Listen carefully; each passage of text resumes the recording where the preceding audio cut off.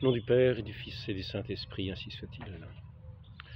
L'imitation de Jésus-Christ, chapitre 25. En quoi consiste la vraie paix et le véritable progrès de l'âme?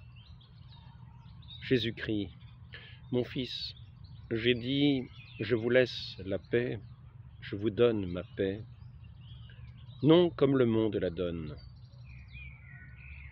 Tous désirent la paix, mais tous ne cherchent pas ce qui procure une paix véritable. La paix est avec ceux qui sont doux et humbles. Votre paix sera dans une grande patience. Si vous m'écoutez, si vous obéissez à ma parole, vous jouirez d'une profonde paix. Aujourd'hui, je voudrais continuer sur ce sujet de la passion de notre Seigneur, et de la paix, justement, que notre Seigneur nous donne quand il quitte ses disciples. Il leur donne cette paix que les disciples doivent donner à ceux qui les reçoivent. Vous êtes reçus quelque part, portez la paix à ceux qui vous reçoivent. Si l'on ne vous reçoit pas, que votre paix retourne sur vous. Je vous donne la paix, non pas comme le monde la donne. Nous avons vu Caïphe, le grand prêtre, et il est dit qu'il a prophétisé à cette époque-là, en disant « Mieux vaut qu'un seul homme meure que tout le peuple ». Pour tout le peuple.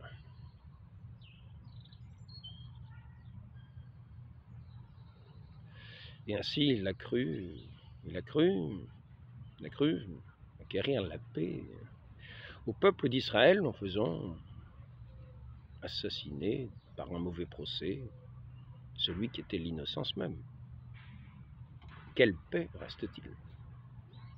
Quand vous faites assassiner l'innocence même, pour que votre royaume soit dans la paix, quelle paix reste-t-il? Quelle justice reste-t-il? Ce n'est pas la paix du Christ qu'il donne au fond des cœurs, qui établisse ce lien de charité.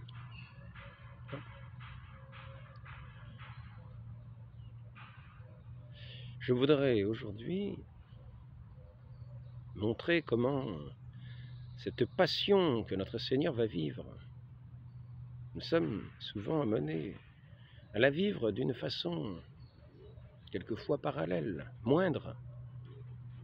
Nous ne donnons pas, nous, le salut aux hommes par nos souffrances et par notre passion. Nous coopérons à ce sacrifice du Christ, à cette obéissance du Christ qui a valu le salut du monde, par sa croix, par son sang versé, pour racheter l'humanité, pour la tirer de cette possession indue de Satan, la ramener à Dieu. Et je voudrais montrer ce parallélisme que nous avons à vivre, afin que nous puissions le vivre justement dans cette patience. Nous avons vu le chapitre 25, me semble-t-il.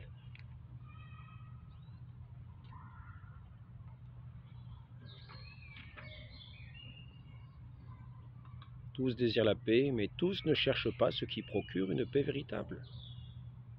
La paix, votre paix sera dans une grande patience. Et donc, dans cette grande patience, il nous faut amener à prendre du recul aussi. Prendre du recul pour considérer quelle est notre situation véritable et non pas réagir aux premiers événements, démarrer au quart de tour, comme on dit. Non. Prendre du recul, voir avec notre esprit, avec cet Esprit Saint, voir notre Seigneur Jésus-Christ, le considérer avant de réagir. Comment est-ce que notre Seigneur Jésus-Christ a agi dans telle situation? Comment se fait-il que notre Seigneur Jésus-Christ se soit trouvé, lui, l'innocence même, crucifié? Et comment se fait-il que, bien souvent, des gens sont injustement, subissent des persécutions, et se trouvent dans des cas qui semblent qui ressemblent à ceux où notre Seigneur s'est trouvé. Et ainsi, il faut nous amener à cet exercice de la patience. Nous y sommes aidés dans une certaine compréhension de ce qui nous arrive. Et je voudrais montrer différents éléments de la passion de notre Seigneur Jésus-Christ et montrer comment ces éléments sont présents aujourd'hui. Je ne montrerai que certains éléments, car sans doute, il y aurait d'autres considérations et nombreuses à voir, et plus spirituelles. Là, je vais voir juste le caractère concret de cette guerre qui est menée à l'innocence, de cette condamnation à mort de l'innocence, afin de faire régner un monde que l'on prétend être de paix, quand on a tué l'innocence même.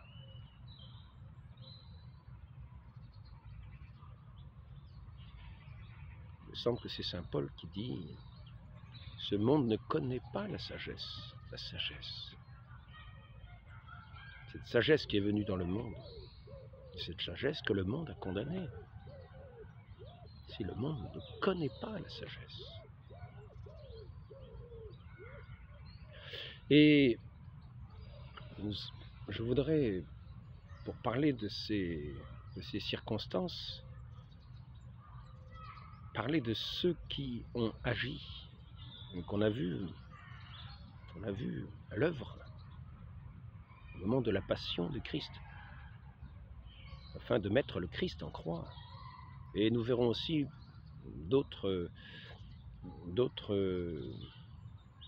nous verrons aussi où nous-mêmes, nous pouvons nous situer dans tous ces intervenants. Je commencerai, nous avons vu déjà le grand prêtre. Le grand prêtre, c'est celui qui est au-dessus des autres prêtres. Un petit peu comme le pape pour l'Église aujourd'hui. Et donc nous avons ce grand prêtre qui dit qu'il faut mettre le Christ à mort pour le bien du peuple. Parce que peut-être y aura-t-il des révoltes par rapport aux relations avec Rome, et puis le peuple risquerait peut-être de subir des persécutions. Donc je voudrais remarquer que, faire remarquer que parmi ces intervenants, nous avons le Sanhédrin. Le Sanhédrin, ce sont ces gens éminents de science, de conseil, qui décident justement des affaires du peuple, en particulier des affaires fondamentales de ce peuple, des affaires religieuses, car il y a le roi et il y a le Sanhédrin. Tout ce qui touche à l'essence de la religion passe par les mains des prêtres et du grand prêtre, de ce Sanhédrin, de ces juges en matière de foi. Et d'une certaine manière, nous avons le Christ qui va passer, en procès devant le Sanhédrin. Donc nous avons le Sanhédrin, nous avons Pilate. Nous avons Pilate. Notre Seigneur est passé aussi devant Pilate. Et nous avons vu la manière dont Pilate a agi.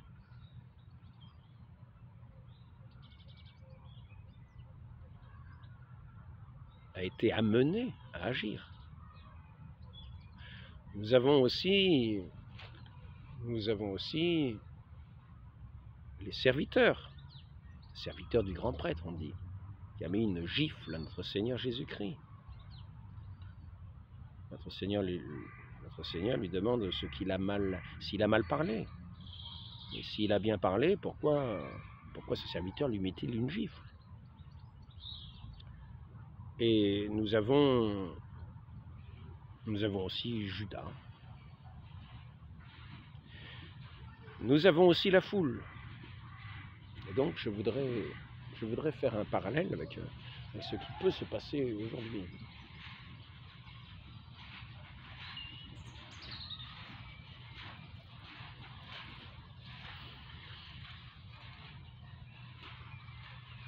Donc nous savons qu'aujourd'hui, nous avons le procès aussi de l'innocence. Nous avons le procès du monde. Nous avons les gérants du monde. Et nous avons ces gérants du monde qui sont comme un conseil, qui prennent leurs décisions, qui sont les grands sages, qui se cooptent eux-mêmes, avec sans doute parmi eux comme un grand prêtre, et qui sont peut-être d'ailleurs dans une succession de ces anciens prêtres, grands prêtres, peut-être une succession un petit peu semblable.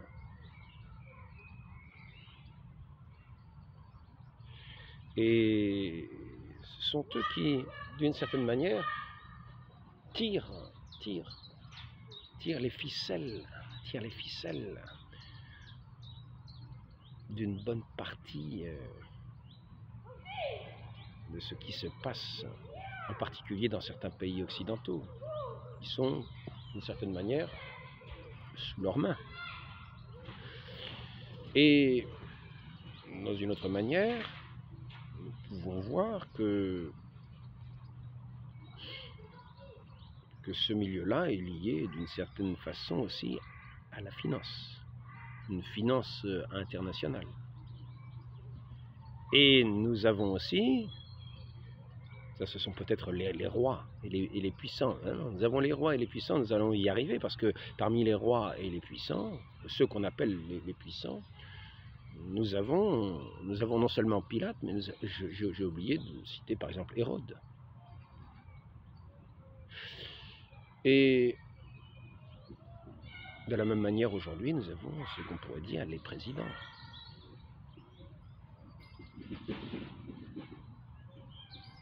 Donc nous avons cette espèce de grand conseil, le Sanhédrin. Nous avons les présidents, c'est-à-dire Pilate. Pilate qui va faire les affaires en fonction de la pression qui feront peser financièrement ou d'autres manières ce grand conseil, avec des révoltes possibles, pour bien faire agir ce qu'ils ont mis, ceux qui dirigent les pays pour les avoir à leurs mains. Nous avons aussi les valets de ces grands prêtres. Les valets de ces grands prêtres qui sont un petit peu comme ces serviteurs qui soufflettent le Christ, qui le décrit, c'est-à-dire qui le blâment pour être bien vu de leur grand maître. Et nous avons là tous les médias. Et puis après ça, nous avons aussi, dans cette finance, cette partie qui tient, tout cet ensemble qui tient la finance, nous avons aussi les Judas. Les Judas qui vont soit faire les coups de main, mais là, pour la crucifixion, ce n'est pas Judas qui fait la crucifixion. Le Judas, il livre notre Seigneur à ceux qui vont le crucifier, qui vont faire un semblant, dans une semblante d'égalité, un jugement qui ne sera qu'un semblant de jugement, qui sera tout simplement un crime d'un innocent, qui est reconnu. Donc, nous voyons que finalement, dans la position où nous sommes aujourd'hui, nous ne sommes pas loin d'avoir le même cas de figure pour ceux qui sont persécutés que cette situation où se trouvait notre Seigneur. Une espèce de Sanhédrin, grand conseil, les présidents, à travers tous les pays occidentaux en particulier, mais tous les pays qui peuvent tomber sous leur coupe. Il y a ceux qui résistent, on leur fait la guerre, puis il y a ceux qui sont sous l'obédience de cette grande loge d'une certaine manière, de ce Sanhédrin. Et puis alors nous avons les médias qui sont à la solde pour gifler, pour faire perdre les réputations, qui font et défont les réputations, aux yeux de la foule, pour montrer qu'un tel est une mauvaise personne, alors on va le traiter d'une certaine manière, on lui met des gifles médiatiques, Et puis après ça, avant ça, les Judas, les gens qu'on a achetés pour les faire, ou un attentat, ici un attentat, un petit peu de terrorisme, ici là une révolution, ici là, voilà, donc tous ces Judas par lesquels ces coups s'opèrent, ces opérations sournoises peuvent s'opérer. Et puis il y a le peuple qui lui subit l'affluence générale. C'est-à-dire que celui qui était vu comme le bienfaiteur même, qui guérissait les malades, qui portait des paroles de réconfort, qui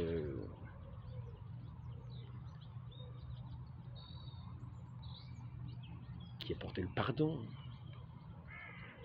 qui donnait le pain, faisait multiplier ce pain aux affamés, à ce peuple affamé, qui avait souci des pauvres, qui avait souci de l'honneur de Dieu.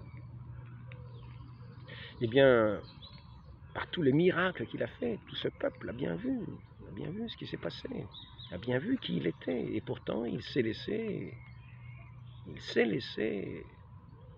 tromper par l'autorité, séduire par l'autorité, séduire par les médias.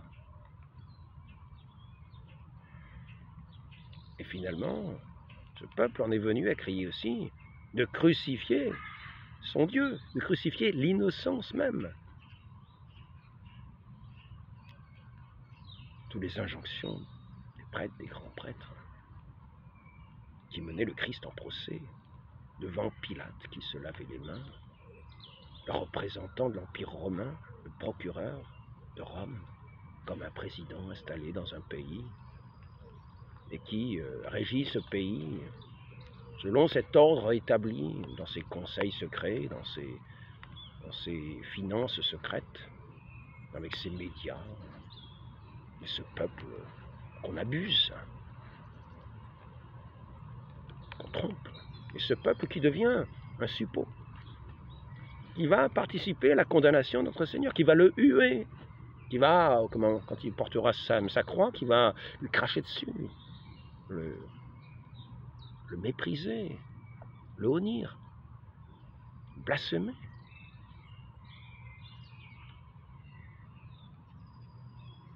Et nous voyons là l'innocent qui subit tous ces affronts, l'innocence même qui subit cette attaque de ceux qui sont sous le joug de Satan, comme le dit notre Seigneur. Pourquoi ne m'entendez-vous pas? Parce que votre père c'est le diable. Ainsi nous voyons que ce grand conseil n'obéit pas du tout dans la parole divine. Mais il est sous le joug de Satan. C'est ce règne de l'argent. Et ces conseils ne sont que des conseils d'intérêt. Ces nations sont sous l'influence, sous cette influence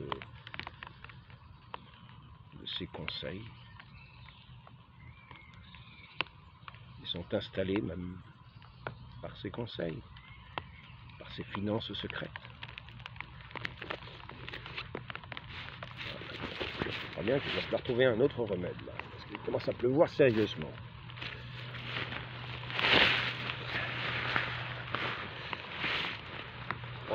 C'est juste une manière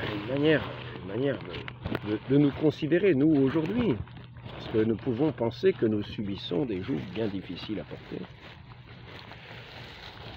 Nous pouvons considérer que nous subissons des jougs injustes et difficiles à porter. Et il faut voir que nous sommes, d'une certaine manière, livrés à ce pouvoir, à cet ensemble d'influences, avec cette population qui est aussi manipulée, et qui va aussi décrier les innocents. Ainsi nous voyons la Russie qui passe au banc des accusés. La Russie qui est, pourrait-on dire, l'innocent dans ce cas particulier. et que ce grand conseil va chercher à battre parce que ça fait obstacle à son règne.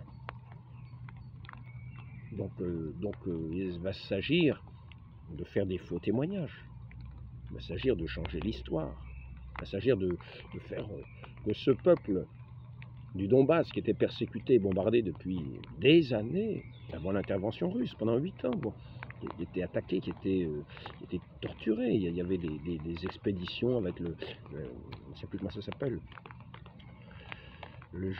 comment ça s'appelle déjà ça, les services un petit peu secrets ukrainiens, ils sont à peu près 30 000 dans cette organisation.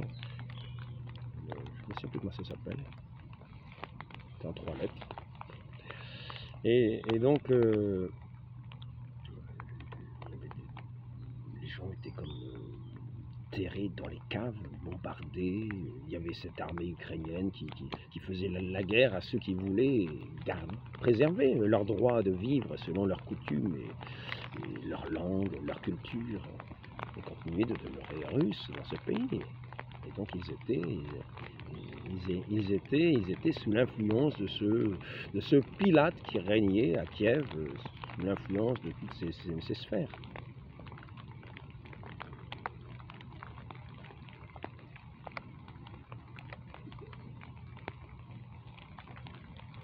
Si ce peuple était persécuté injustement, et aujourd'hui, les serviteurs des grands maîtres vont mettre les chiffres médiatiques à la Russie en déformant complètement la vérité, en voyant que cette intervention qui est venue pour sauvegarder la vie de ce peuple dans le Donbass était menacé d'une nouvelle invasion et qui était bombardé sérieusement, juste avant l'intervention russe, qui était bombardé sévèrement, avec une intensité de bombardement telle qu'elle ne s'était pas montrée depuis un certain temps, et il y avait un groupe d'armée de près de 90 000 hommes ou 100 000 hommes qui étaient prêts à déferler sur le Donbass. Donc tout cela est effacé, oublié, et il faut montrer que la Russie, bien sûr, a agi très mal en voulant sauver ces gens-là, parce qu'on ne dit pas qu'ils ont voulu sauver ces gens-là, on va dire qu'ils ont envahi l'Ukraine, alors qu'en fait ils sont venus aider des populations qui se faisaient massacrer, qui étaient injustement opprimées, avec l'aide bien sûr de ces grands conseils, de tous ces gouvernants, de tous ces pilates qui étaient placés à la tête de tous les pays étrangers en Occident, et qui ne tenaient pas leur parole, mais qui étaient sous la maîtrise de ceux qui tirent les ficelles. Le règne de la finance, des médias, et appuyé sur le peuple trompé, sur les différents peuples trompés. Ils vont dire à mort la Russie, à mort, ce sont des mauvais, à mort. Et nous en sommes là, et souvent nous allons voir que c'est nous-mêmes qui allons subir les injustices, et nous les subirons, quelquefois nous ne saurons pas comment réagir, parce que nous réagirons vertement en étant scandalisés par l'injustice, alors que l'injustice, le fait de Satan, c'est sa nature même. Comme je l'ai déjà rappelé, il combat Dieu à travers sa création, il a en haine Dieu, et donc il a en haine toute œuvre de Dieu dans sa création. Et c'est ainsi qu'il établit son règne dans les différentes structures sociales. Et quand on a pu abattre les royautés qui étaient plutôt en correspondance avec le règne de Dieu, dans les lois de Dieu, autant que la grâce de Dieu était acceptée par ce cœur des hommes qui vivaient dans ces royaumes chrétiens, plus on espère en Dieu, plus on vit de sa grâce. Et si on espère dans le monde, eh bien on s'éloigne de notre foi véritable au Christ.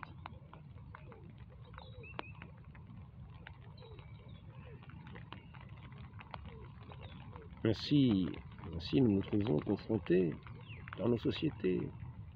Si nous sommes avec notre Seigneur Jésus-Christ, nous nous trouvons confrontés à l'injustice flagrante, au mensonge flagrant, au crime flagrant. Et à cela, Il faut garder la patience. Il faut garder la patience. Il faut savoir demeurer à l'exemple de notre Seigneur Jésus-Christ, qui gardait le silence. Car nous savons que le monde est le monde. Le monde n'est pas le monde n'est pas le monde de justice. Le monde n'est pas le monde de Dieu. Le monde est le monde qui s'est retranché au bon vouloir de Dieu, qui ne l'écoute plus et qui le combat. Le monde est le monde. Et le monde est injuste. Donc, dans toutes ces structures sociales qui sont installées, ces grands conseils, ces présidents, ces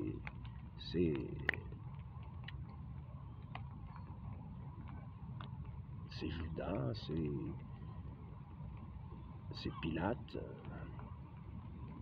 dans tout cela, nous pouvons nous trouver confrontés à ce monde.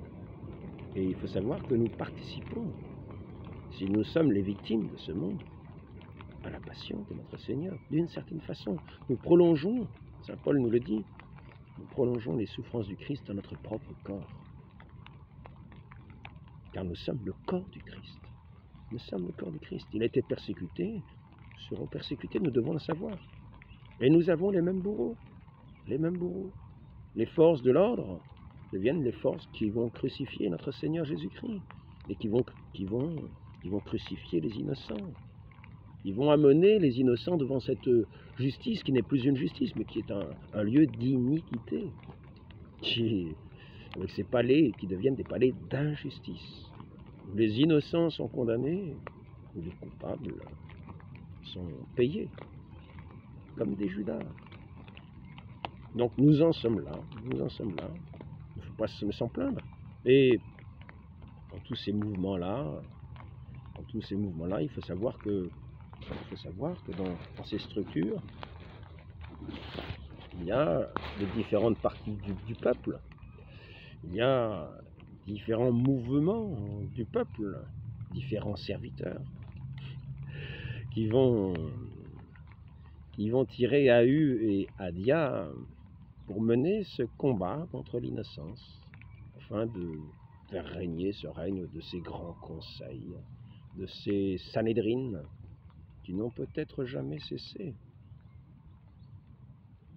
du fond de certaines loges, qui n'ont peut-être jamais cessé. Je ne parle pas forcément des loges maçonniques, car les loges maçonniques n'ont peut-être pas une perpétuité souterraine de cette manière depuis l'Antiquité. Mais par contre, certains qui ont condamné le Christ, qui ont voulu le voir mourir sur la croix pour que leur ordre, leur conseil puisse durer, se sont trouvés à certains moments bien à l'étroit et ont utilisé leurs influences pour provoquer ici ou là quelques révolutions, ici ou là quelques dissensions, ici ou là quelques révoltes, ici ou là quelques fissures dans l'Église. Donc, il faut savoir cela, et qu'aujourd'hui, il semble que les pleins pouvoirs leur soient accordés partout, au moins en Occident. Donc, ne nous étonnons pas si nous nous trouvons sur ce chemin, sur ce calvaire, dans une moindre mesure, ou dans une mesure très difficile pour certains, qui sont carrément massacrés selon les endroits. Car suivant le pouvoir dont ces gens agissent sans retenue, ils ne sont pas de sentiments très humanistes, contrairement à ce qu'ils prétendent. C'est la façade. Mais la réalité est bien plus revêche et bien plus rude pour les victimes. Ils ne comptent pour rien. L'innocence.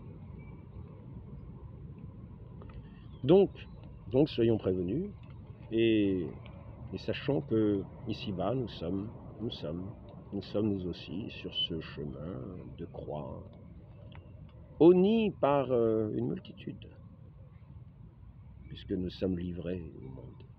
Maintenant que ces royaumes chrétiens qui étaient d'une certaine façon les remparts pour une civilisation chrétienne, une civilisation de justice autant qu'elle a pu, autant que les peuples pouvaient l'avoir. Maintenant que le peuple lui-même a été acheté d'une certaine manière par la finance et a perdu ce sens de Dieu pour trouver le sens du confort, du sommeil spirituel. Les loups ont pu s'introduire sans trop de difficultés dans les bergeries et dévorer tout le troupeau des coopérateurs et aussi de ceux qui gardaient le cœur à leur Dieu, le cœur pur, les brebis de notre Dieu. Donc, sachons que pour demeurer fidèles, il faudra emmener le combat de la fidélité et que la couronne aura un certain mérite et que ce mérite se trouve dans la patience et dans la paix de notre Seigneur, non pas dans celle du monde.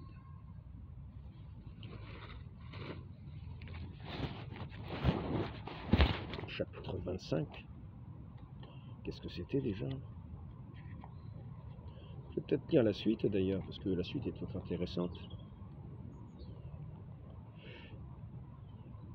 Jésus-Christ, mon fils, j'ai dit, je vous laisse la paix, je vous donne ma paix, non comme le monde la donne. Tous désirent la paix, mais tous ne cherchent pas ce qui procure une paix véritable. Ma paix est avec ceux qui sont doux et humbles de cœur. Votre paix sera dans votre patience. Si vous m'écoutez, si vous obéissez à ma parole, vous jouirez d'une profonde paix. Le fidèle, Seigneur, que ferai-je donc? Jésus-Christ, en toute chose, veillez à ce que vous faites et à ce que vous dites. N'ayez d'autre intention que celle de plaire à moi seul. Ne désirez, ne recherchez rien hors de moi. Ne jugez point témérairement des paroles ou des actions des autres. Ne vous ingérez point dans ce qui n'est point commis à votre charge. Alors vous serez peu ou rarement troublés. Mais ne sentir jamais aucun trouble, n'éprouver aucune peine de cœur, aucune souffrance du corps, cela n'est pas de la vie présente, c'est l'état de l'éternel repos. Ne croyez donc pas avoir trouvé la véritable paix lorsque il ne vous arrivera aucune contrariété, ni que tout soit bien, quand vous n'essuierez d'opposition de personne, ni que votre bonheur soit parfait, lorsque tout réussit selon vos désirs.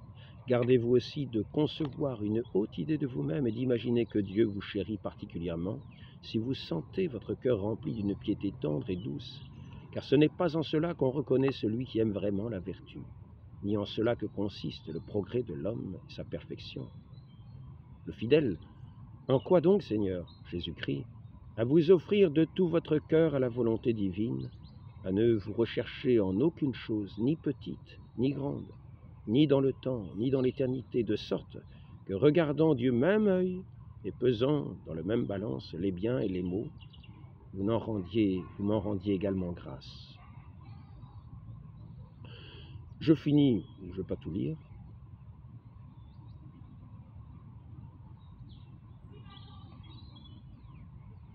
Il faut encore que vous soyez si ferme, si constant dans l'espérance, que privé intérieurement de toute consolation, vous prépariez votre cœur à de plus dures épreuves, sans jamais vous justifier vous-même, comme si vous ne méritiez pas tant de souffrances, mais reconnaissant au contraire ma justice, louant ma sainteté dans tout ce que j'ordonne. Alors vous marcherez dans la voie droite, dans la véritable voie de la paix, et vous pourrez avec assurance espérer de revoir mon visage dans l'allégresse. Que si vous parvenez à une paix, à un parfait mépris de vous-même, je vous le dis, vous jouirez d'une paix aussi profonde qu'il est possible en cette vie d'exil, ainsi soit-il. Sainte Mère de Dieu, accordez-nous cette grâce, au nom du Père et du Fils et du Saint-Esprit. Amen.